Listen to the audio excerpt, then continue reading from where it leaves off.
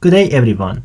In this short video, I want to briefly show that how we are able to create a list and vectors and how we are able to use them and build a function to give us the improved Euler or Runge-Kutta.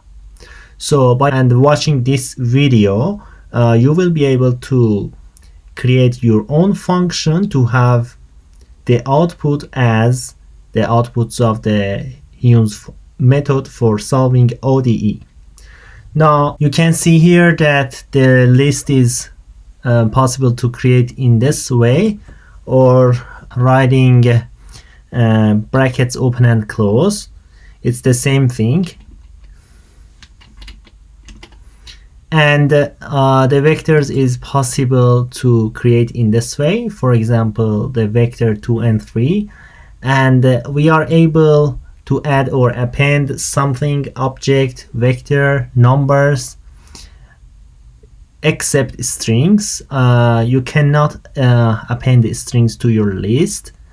And here p.append PTS, this vector should be appended to this list.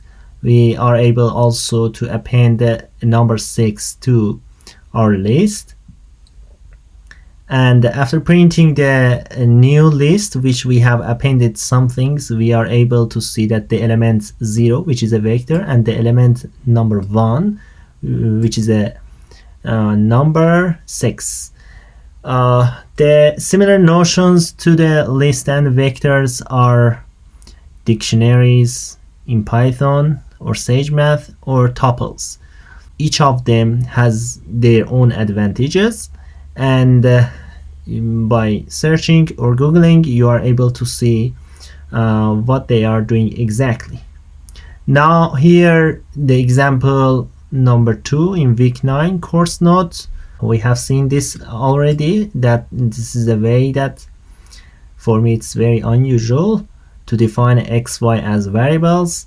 This is the function in example 2 or 3. 3 is the for the Hume's method, and example 2 is related to the improved Euler, and this is the function. The improved Euler briefly has been summarized here. When you have the previous step, which is called yn, and h, which is a step, times k1 and k2 divided by 2, and where k1 is the f and k2 is defined by f of xn plus 1 or xn plus h, and the second component will be yn plus h times k1 here. And now for having improved Euler method, we will try to have a function, and we will use loop inside of our function. So our improved Euler input arguments are step size and the endpoint. It is possible to have just one argument. I prefer to have h and b separately. I create a list here. I call it PTS. It will include the xy's coming from the improved Euler. The initial conditions are here, and now I define a new variables pt, which are vectors for me, and I will append these vectors to my list. Now for appending list some vectors xy to my list, I have to use loop, and my loop is starting from 1 up to b minus x divided by h, up to this number. Because of the nature of the Python and or SageMath, I have to put +1 in order to include this step as well. So k1 and k2 in terms of the algorithms of the improved Euler, and the main yn plus 1 is coming to be y plus h times k1 k2 divided by 2. So then I will add one step for x, and the x and y which has been obtained, I will append it in my vector, and I will append that vector to my list. So the list has been created after finishing this loop. I have a list including two columns, x's and y's, and I want to separate them, and I want the function actually to return x and y's separately.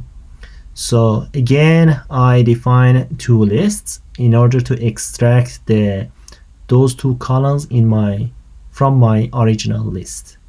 So again, a loop, and so I will append the first columns of the PTS, the original list, which is a 0 here, and the I is showing i's component, and each component has two elements, number 0 and number 1. Number 0 are x's, it goes to the first list, and the second one is going to be appended to the second list. Now you can see here improved Euler. My step size is 0.25, and I have the endpoint 1. I want my solution at the point x equal to be 1. So starting from 0 by step size 0.25 ending at 1, obviously I will have just 4 steps or 4 loops, and I will get my answer. My final answer will be this one here. By having these two lists here separately, PTS1 and PTS2, I am able to plot the points, and using the list of the plots for plotting points, and also possible to use to plot the improved Euler in one plot for different step size.